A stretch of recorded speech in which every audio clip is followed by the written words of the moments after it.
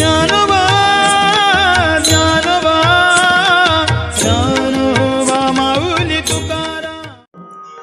ओम सहना भवतु सहनो भुनक्तु सह वीर्यं करवावहे तेजस्विनावधीतमस्तु मा विद्विषावहे. ओम शांतिः शांतिः शांतिः. कृष्णाय वासुदेवाय हरये परमात्मने प्रणतक्लेशनाशाय गोविंदाय नमो नमः. गुरुर्ब्रह्मा गुरुर्विष्णू गुरुर्देवो महेश्वरा गुरुर्साक्षात् परब्रह्म तस्मै श्री गुरवे नमः.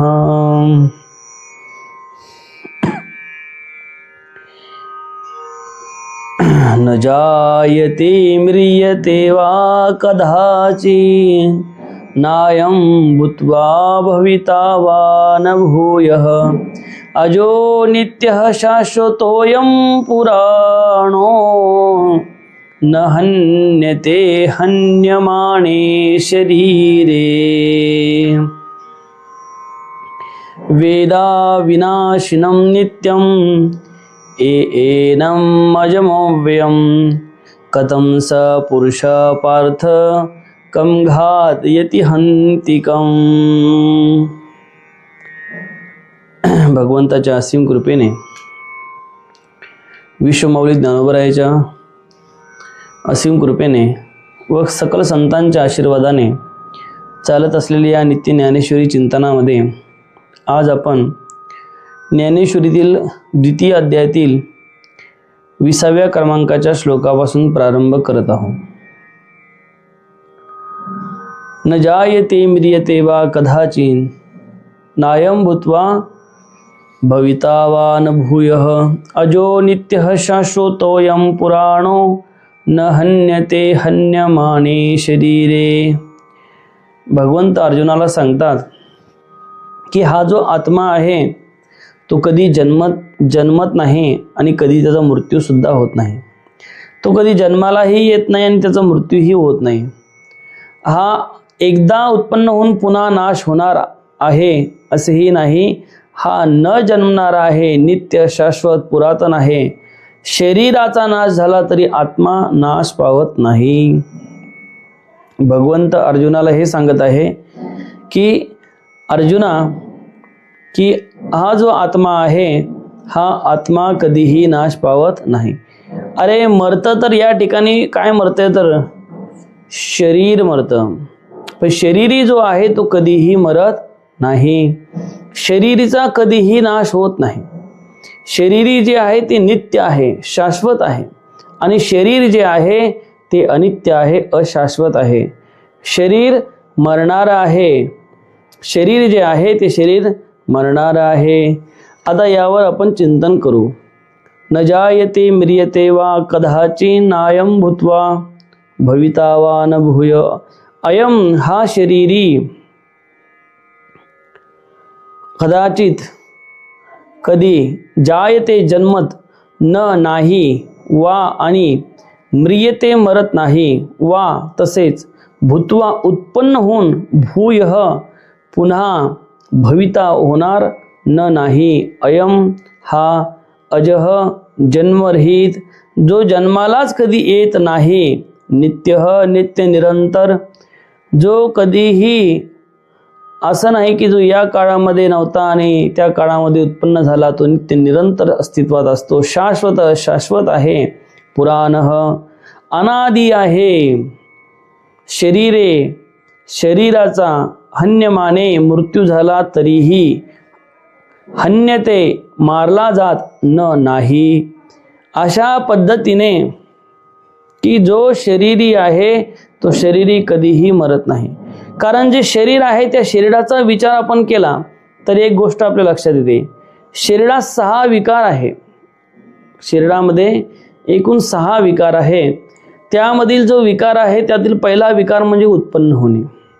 हे शरीर जे आहे ते उत्पन्न होतं आणि शरीर उत्पन्न होतं आणि जे जे उत्पन्न होत असतं त्याचा नाश निश्चित आहे. काय? जे जे उत्पन्न होत असतं त्याचा नाश मात्र निश्चित आहे. कारण असं म्हणतात की यत् कृतकम तद अनित्यम, यद द्रष्टम तद नष्टम, यद अध्यस्तम तद अनित्यम. जे जे कर्मापासून निर्माण होतं, जे जे काही उत्पन्न होतं ते ते उत्पन्न होणारे प्रत्येक गोष्ट ही नाश पावत असते.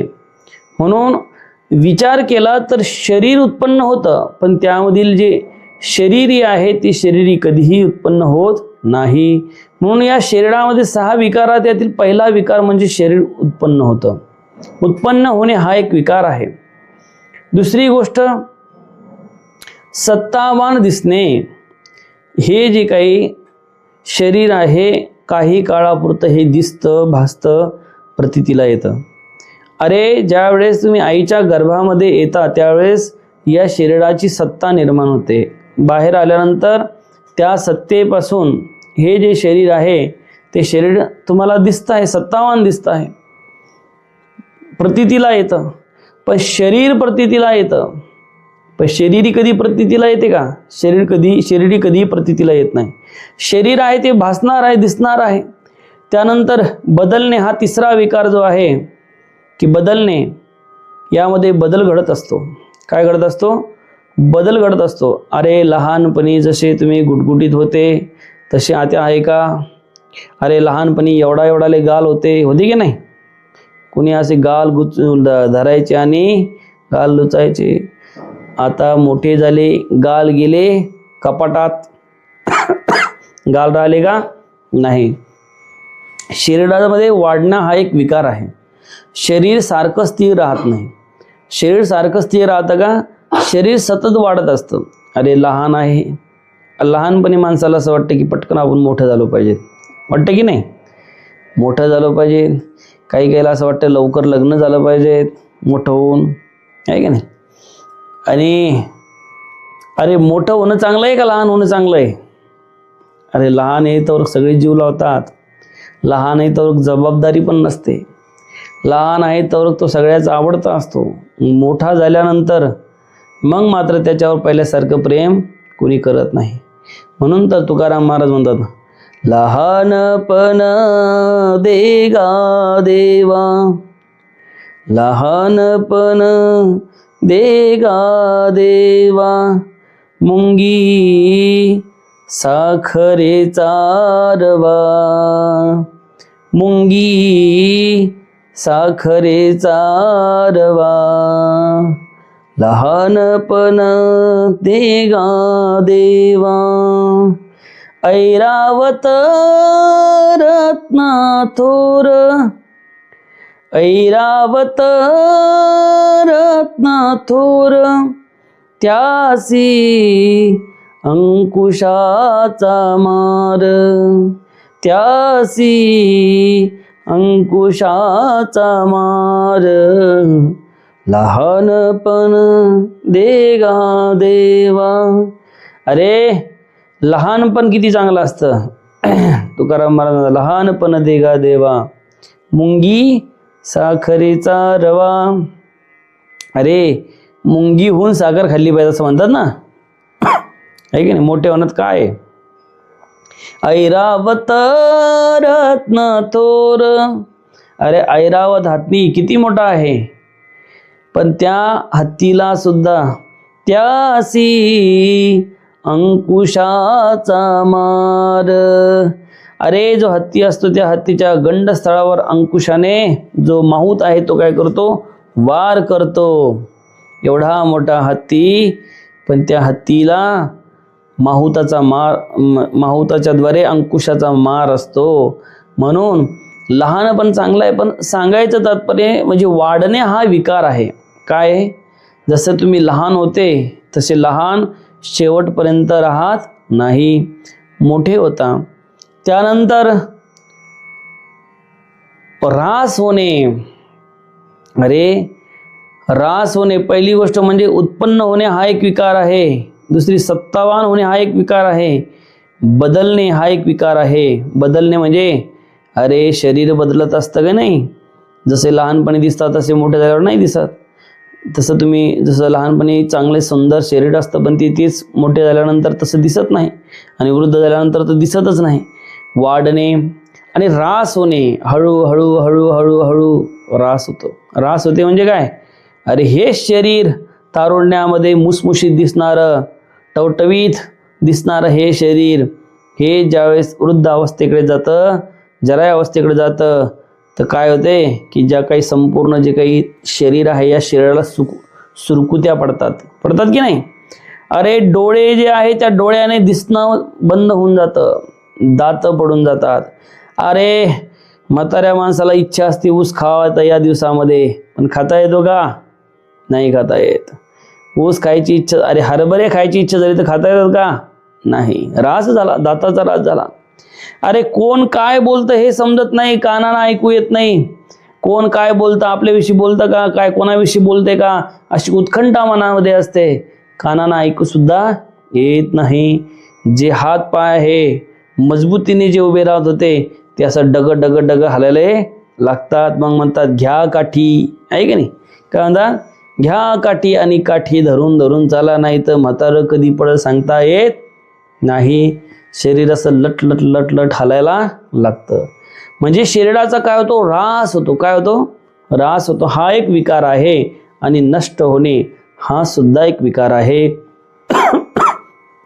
हे जे शरीर आहे एक दिवस पूर्णतः नष्ट होऊन जातं, पूर्णतः नष्ट होऊन जातं. म्हणून हे 6 विकार आहे. कोणकोणते लक्ष ठेवा. एक पहिली गोष्ट म्हणजे उत्पन्न होणे हा एक विकार आहे, है की नाही? दुसरी गोष्ट सत्तावान दिसणे हा एक विकार आहे. तिसरी गोष्ट बदलणे हा एक विकार आहे. वाढणे हा एक विकार आहे. ऱ्हास होणे हा एक विकार आहे. आणि नष्ट होणे हा एक विकार आहे. म्हणून अशा 6 प्रकारचे विकार यामध्ये आहे. न जायते म्रियते वा कदाचिन.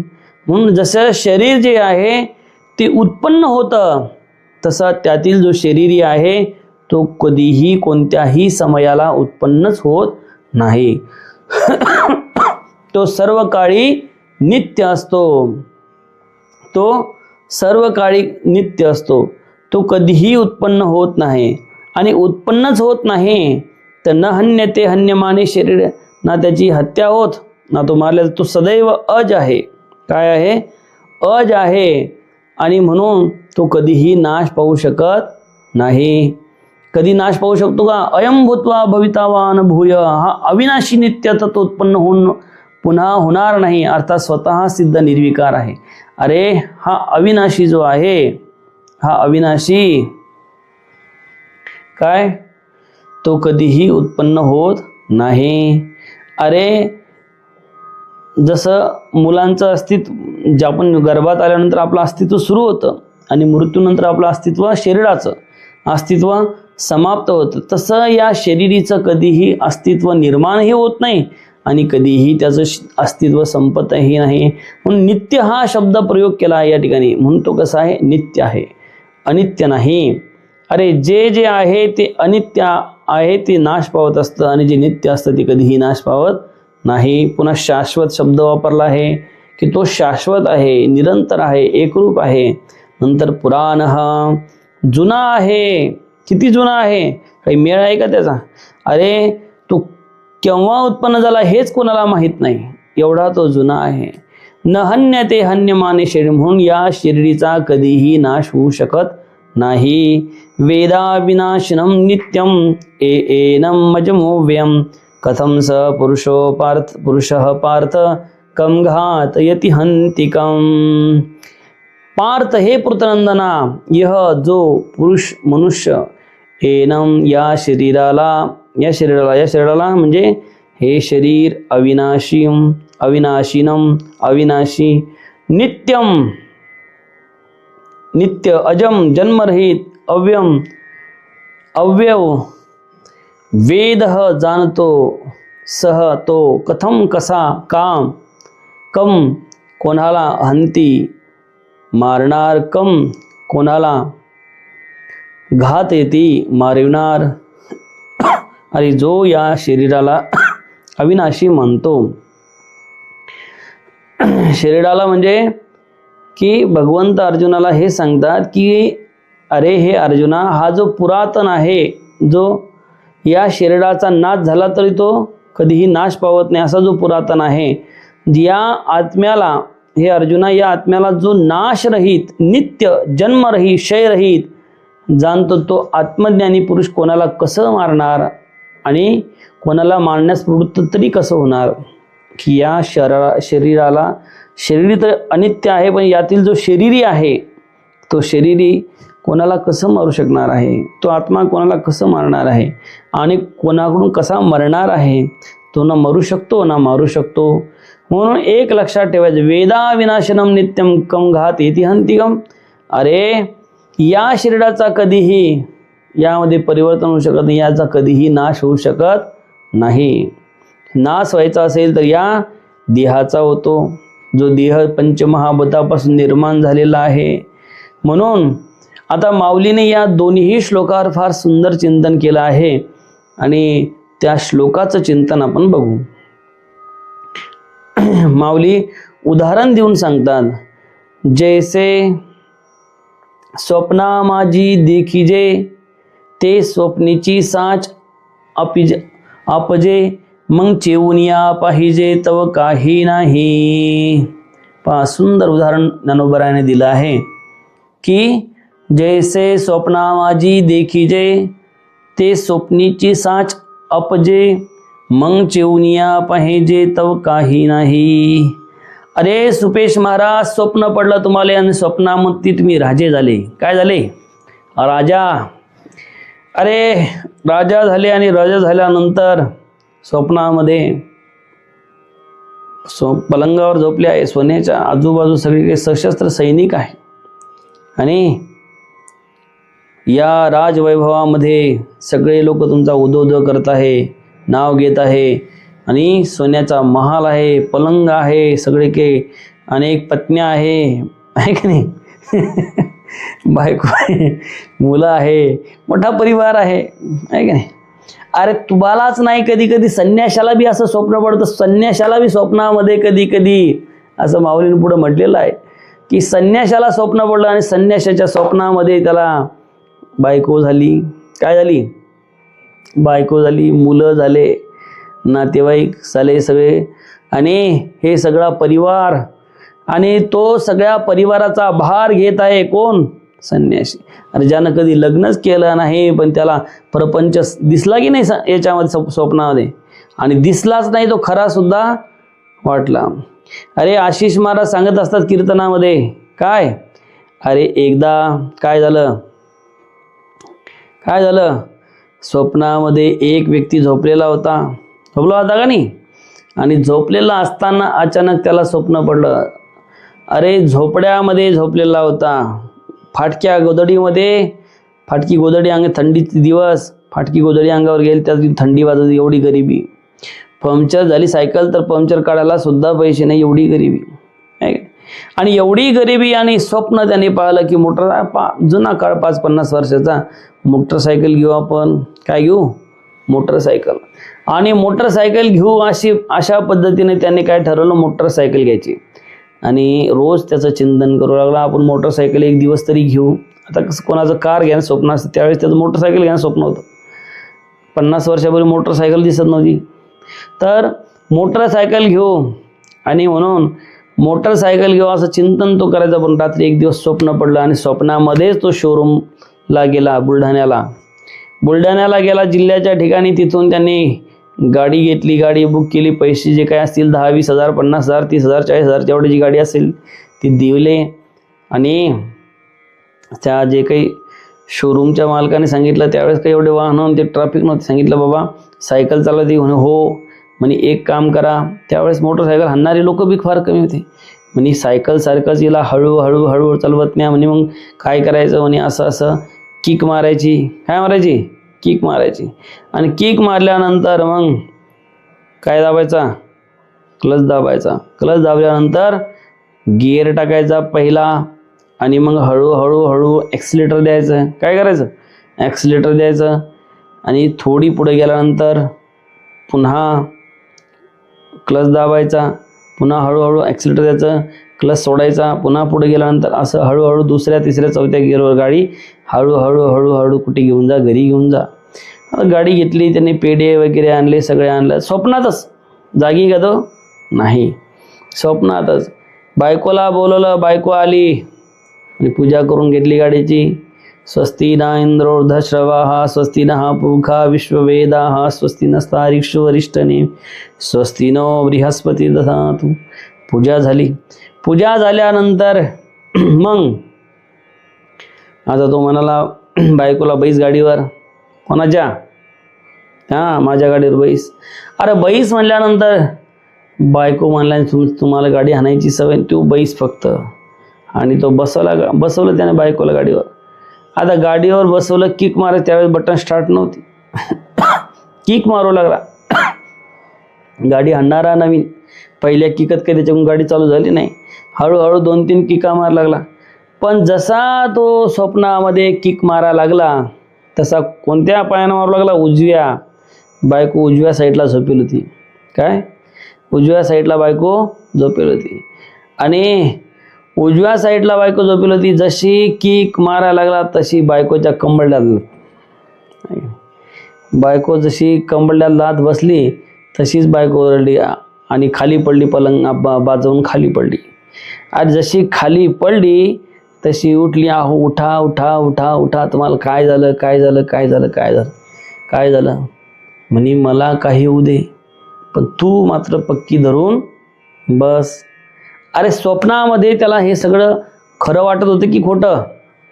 सगळं खरंच वाटत होतं. मग स्वप्नीचे साच आपजे, मग चेवून या पाहिजे तो काही नाही. अरे स्वप्नामध्ये माणसाला असं वाटतं, कधी कधी स्वप्नातच माणसाला माणसाची प्रेतयात्रा निघताना माणूस पाहतो. स्वप्नात मीच मेलो आहे आणि मेलोच नाही तर मीच रडत आहे, माझाच सगळा परिवार रडत आहे. अरे स्वप्नामध्ये एकाच व्यक्तीची सगळा परिवार होतो का नाही? स्वप्नामध्ये तोच बायको होतो, स्वप्नामध्ये तोच नवरा होतो, स्वप्नामध्ये तोच प्रेत होतो, स्वप्नामध्ये तेच मुलं बाळ होतं, स्वप्नामध्ये तेच सगळे गावातले लोक सुद्धा तोच होतो, सगळं स्वप्नामध्ये तोच होतो. म्हणून पण स्वप्नामध्ये ह्या जशा गोष्टी खऱ्या वाटतात, पण जागृतीमध्ये त्याचं अस्तित्व काहीच नसतं. तसं सांगतात, तो चेवूनिया पाहिजे तो काही नाही, मग चेवूनिया पाहिजे तो काही नाही. त्या पद्धतीने तैसे हे जान माया, तू भ्रमत आहासी वाया, शस्त्रे हनतलिया छाया, जैसी अंगीन रूपे. अरे पुन्हा माऊली उदाहरण देऊन सांगतात, त्याप्रमाणे ही माया जी आहे, काय आहे? तू व्यर्थ मायेच्या भ्रमात पडला आहेस. जसे एखाद्या शस्त्राने देहाच्या सावलीला मारले तर ते शस्त्र देहामध्ये घुसत नाही. अरे जर समजा तुमची सावली आहे, त्या सावलीला कोण कितीही मारलं तुम्हाला लागतं का?